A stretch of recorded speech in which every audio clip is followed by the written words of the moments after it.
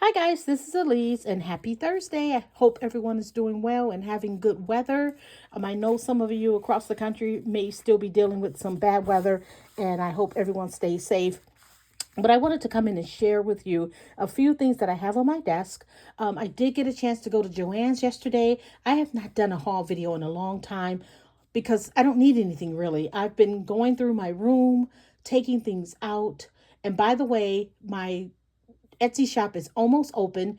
I do have a new link for my Etsy shop. So when I get ready to open, I will make sure I share the new link because I do have a different shop. Etsy kind of pushed me to open up a business shop, which I did. So that's the one I'm uploading everything to. It's almost open, guys. Be patient with me. I just really appreciate your support with being patient with me. So, because it's taking me a little bit longer than I thought, and I have more things than I thought that I want to get rid of. So, anyhow, that's coming soon.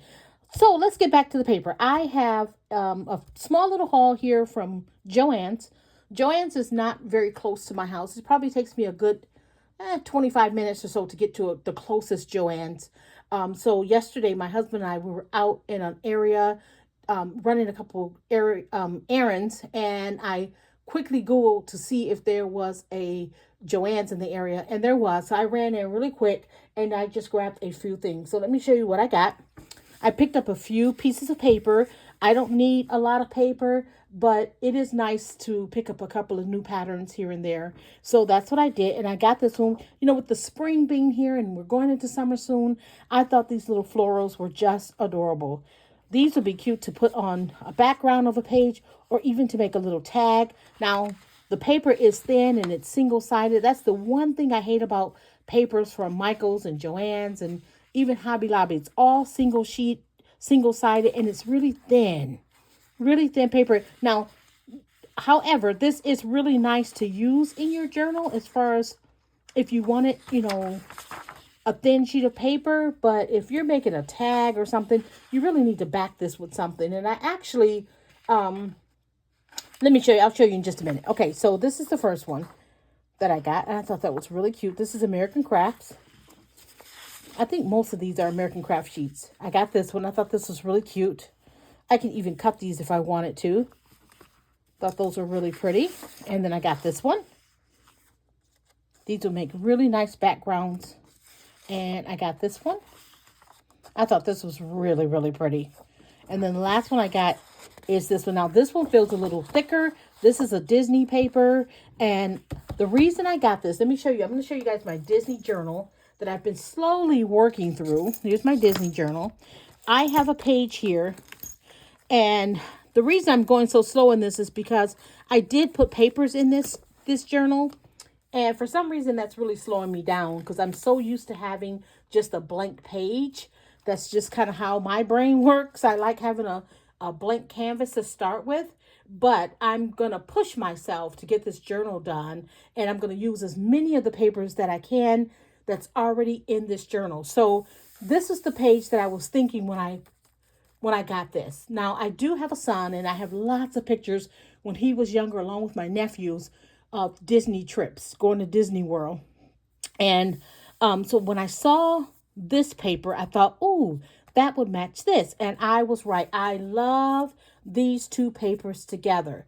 Now, what I did, I didn't want the back to just be plain. So what I did with, I got one of my vintage Disney pages out, and I just backed both of the pages in my printer. So I ran this through first, and then I took that same paper and I inserted it again in my printer, and then I added this to the back.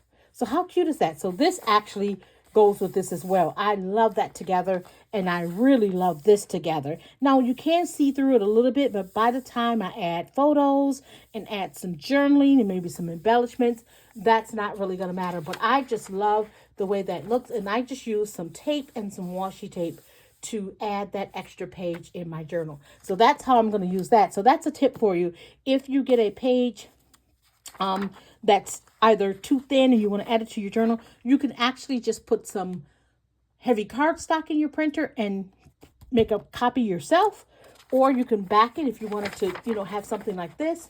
You can back it and make your own pattern paper. So I like that. I thought that was just a really good idea. So those are the papers that I bought.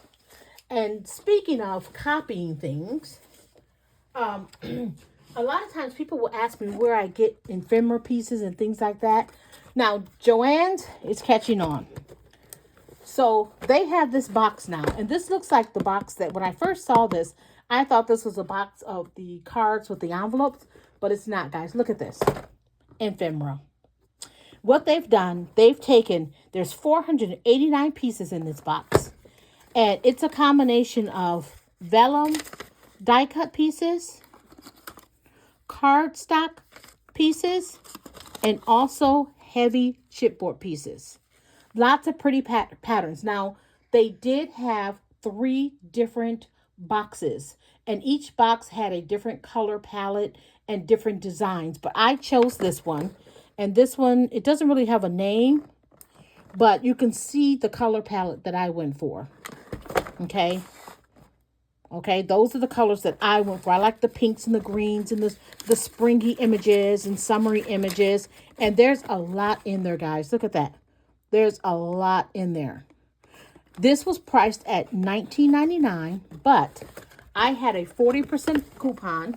So that brought it down to $12. Okay, so I was okay with paying $12 for this because there's a lot in there. And to be quite honest, I have a lot of bits and pieces, but I was kind of looking for something a little bit different, something to excite me a little bit. So I went ahead and grabbed it. And I thought I wanted to, you know, I just wanted to share with you guys because maybe you've seen it, maybe you have not. That was my first time seeing this. And like I said, I don't get a chance to go to Joann's that much. So I was actually really excited to see that. So that's what I picked up. Now, let me show you what I did with that. Because I'm not a big fan of chipboard pieces in my journal. Not chipboard pieces. Die cut pieces in my journal. It's because they are, you know, pretty heavy. They can be pretty heavy. So what I did was I laid some of those pieces on my printer. Okay. This is not the best copy, but I was just playing around. And this one is on copy paper because I didn't realize there was a piece of copy paper on top of my cardstock. But so that's how that turned out. But then I copied it on cardstock. And I believe this is like, I don't know, maybe 65-pound weight. It's the Michaels paper. It's not real heavy. I know this is not 110 pounds, but it's perfect for what I want it for. So what I did was I just copied a few of those chipboard pieces, and then I could just cut them out. And now I have some thinner, but still heavy die cut pieces and journaling cards that I can use in my journal. And they won't weigh my page down too much. So that's what I did with some of those, you know, these heavy chipboard pieces. Now look how cute that is. So you could just lay this on your printer and copy it on some lighter weight cardstock, and you'll have a dice cut piece that can go in your journal. Okay. All right. The next thing I want to show you guys is some stickers that I bought. I did pick up some stickers. I love Pebbles. Pebbles is probably one of my favorite paper companies. And I didn't see any papers. I just saw these stickers, which I was looking for the papers, and I didn't see any papers. So I just got the sticker pack, and I can definitely use these. I love using stickers in my journal. They're great for filling in little empty spaces, for decorating tags and that kind of thing. So I'm excited to use these. I'm excited to have those.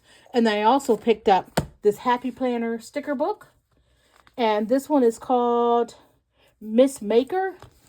And it's all about crafting. Okay. Really pretty colors. I love the colors.